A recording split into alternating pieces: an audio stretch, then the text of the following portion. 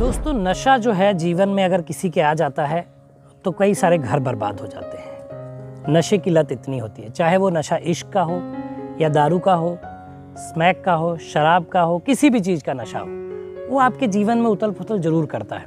और जो आजकल मैंने देखा है, यंग जनरेशन जो है वो नशे की लत में बहुत ज़्यादा पड़ी हुई है। मैं कई बार लखनऊ में देखता हूँ छोटे छोटे बच्चे जिनके दाढ़ी मूछ तक नहीं आए, वो सिगरेट पीते हुए मुझे मिलते हैं और मुझे बड़ी तकलीफ़ होती है। तो ऐसी एक कहानी आज लाया हूँ जो आपको बहुत भयभीत कर देगी कि कैसा कांड ये हुआ। तो आइए बताता हूँ आपको पूरी कहानी। अनसुलझे रिश्तों को सुलझाती एक डोर, यानी कि मैं आपका लव गुरु। नमस्कार दोस्तों, मैं हूँ युवराज सिंह और आप देख रहे हो मेरा यूट्यूब चैनल लव गुरु युवराज। दोस्तों, आशा करता हूँ आप लोग स्वस्थ होंगे, मस्त होंगे और अपनी लाइफ को एंजॉय कर रहेंगे। दोस्तों, कहानी है राजस्थान के जयपुर की, जहाँ पे एक लड़की है जो शादीशुदा है, जिसका नाम है कोमल मौर्य। कोमल मौर्य जो लड़की है, इसकी शादी हुई थी कुछ साल पहले, लेकिन इसका कुछ जो था कैरेक्टर था वो ठीक नहीं था। जगह जगह लड़कों से बात करना, ऐसा इसका रहता था हमेशा।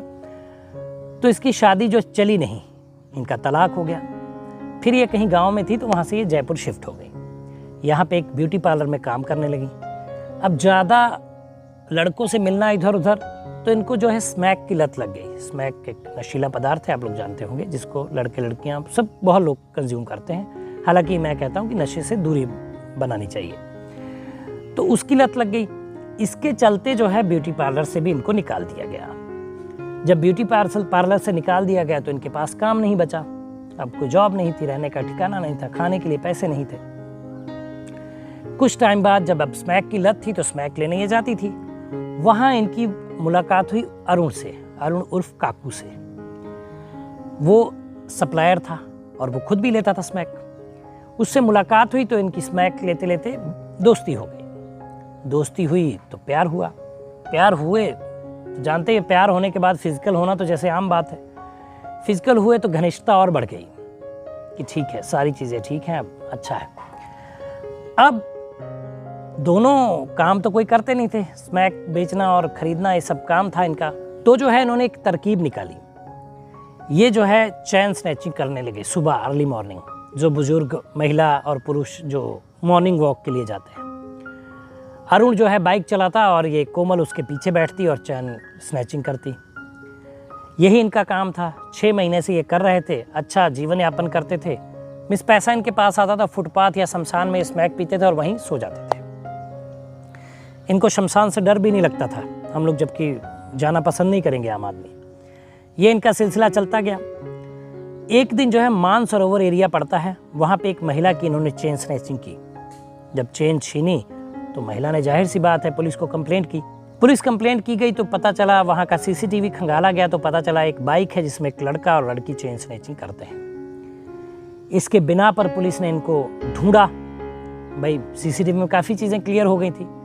पुलिस ने मुस्तैदी से ढूंढा और इनको पकड़ लिया गया। तो इनसे पूछा गया तो उन्होंने पूरी कहानी बताई कि ऐसे ऐसे हुआ था और ऐसा ये करते थे चैन स्नैचिंग का काम। और 6 महीनों में इन्होंने कितनी वारदातें की थी इनको खुद याद नहीं था। पुलिस ने दोनों को गिरफ्तार किया और जेल भेज दिया। जिसके बाद इनकी लव स्टोरी अब शायद जेल में चलेगी।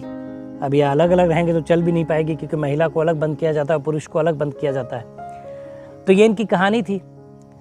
कहानी बताने का मकसद प्यार से रिलेटेड है। दोनों को प्यार हुआ और ये सब करने लगे। तो दोस्तों, प्यार में अगर आप हैं और आपको पैसा कमाना है तो उसका मतलब ये नहीं कि आप गलत राह चुनेंगे।